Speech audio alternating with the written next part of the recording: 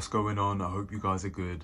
So, if you haven't seen this video already, there's a video of Sam Witwer describing the battle between Ben Kenobi and Darth Maul. This video is so iconic because it allows us to see this scene in a different light, and it just shows how good Dave Filoni is at storytelling, and it shows that Sam Witwer is a huge fan of Star Wars. Now, this video just got recommended to me and I haven't seen it in a while, so I really want to watch it again. And of course, we're in this period where we're waiting for Ahsoka, which will be the greatest show that Disney has ever given us, because Dave Filoni has 100% control over it. But nevertheless, we're going to watch this video right now and remind ourselves how good of a director and creator Dave Filoni is. First thing Obi-Wan does is he does his, sort of his kid self. He turns into Ewan McGregor for a second, and then takes a breath and goes, oh, no, that was the mistake. That's the guy that fought in the war. We learned that was not the way to go. Mistakes were made back then. I'm actually Ben Kenobi, and he goes to the Alec Guinness pose.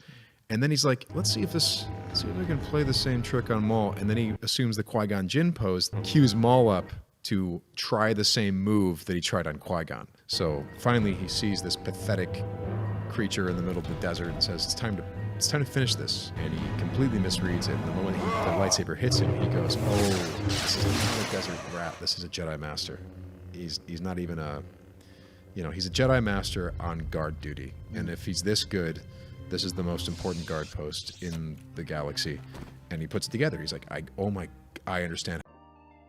Honestly, it's even better than I remember. It just shows how much thought went into this scene, from Dave Filoni especially, of course, but from Sam Witwer as well. He understands the characters nearly as much as Dave Filoni does, and he understands the story that he's telling. I mean, there's really no wonder why he's such a good voice actor and actor in general. Let's watch it one more time because it's just so good. There's so many details in this scene alone, and there's so much love that's went into it as well. It's just beautiful to watch, and it's amazing to see it broken down by Sam Witwer himself. But let's watch it one more time because it's so great to hear. The first thing Obi-Wan does is he does his, sort of his kid self. He turns into Ewan McGregor for a second, so good. And then takes a breath and goes, oh, no, that was the mistake. That's the guy that fought in the war. We learned that was not the way to go. Mistakes were made back then. You understand how Obi-Wan thinks at this time, Kenobi, because and of that the Alec Guinness pose. And then he's like, let's see if we can play the same trick on Maul. And then he assumes the Qui-Gon Jinn pose, cues Maul up to try the same move that he tried on Qui-Gon. So finally he sees this pathetic creature in the middle of the desert and says, it's time to finish this. And he completely misreads it. And the moment the lightsaber hits him, he goes, oh, this is not a desert rat. This is a Jedi Master.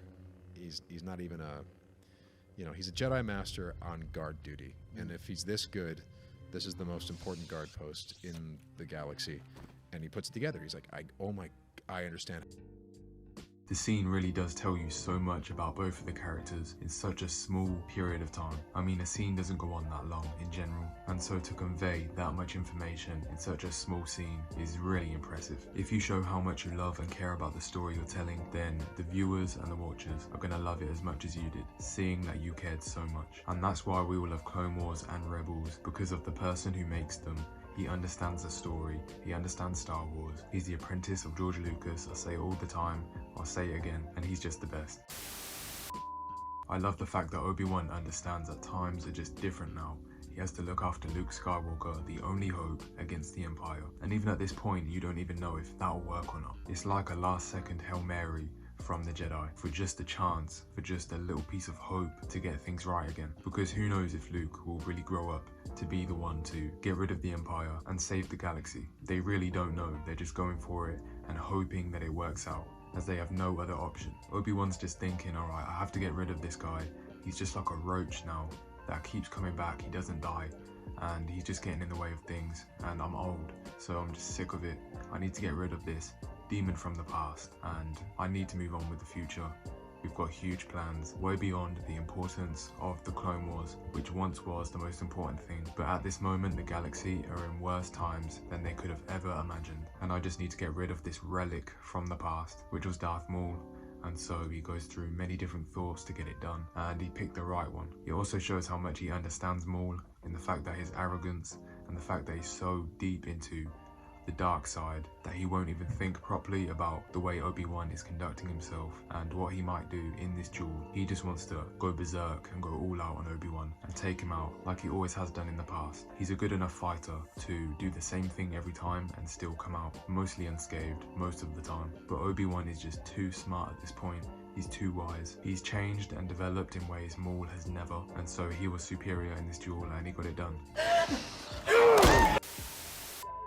It's really nice to see the voice actor for Maul break the scene down and break down Dave Filoni's thoughts and ideas for this scene. Dave Filoni is the same one who is directing Ahsoka, and so there's no doubt in my mind that this show is going to be the best Disney show we've ever had for Star Wars, and to be honest, for Disney shows in general. It's going to be better than all the Marvel shows, considering they're not that good anyway, so it's not much of a statement, but the fact that Dave Filoni is creating this is just going to be so good. So I hope you guys understand that this show won't be like the other ones where it's controversial. I feel like everyone will love this show, and rightly so. Anyways, what do you think about it? Put it down below. How do you feel about this scene? We want to see Sam Witwer as Star Killer sometime in the future. We just have to. Even if they change him, they need to nerf him a little bit. But other than that, we need to see this man in a live action Star Wars project. Anyway, what do you think about it? Like I said, let me know down below, and I'll see you on the next one.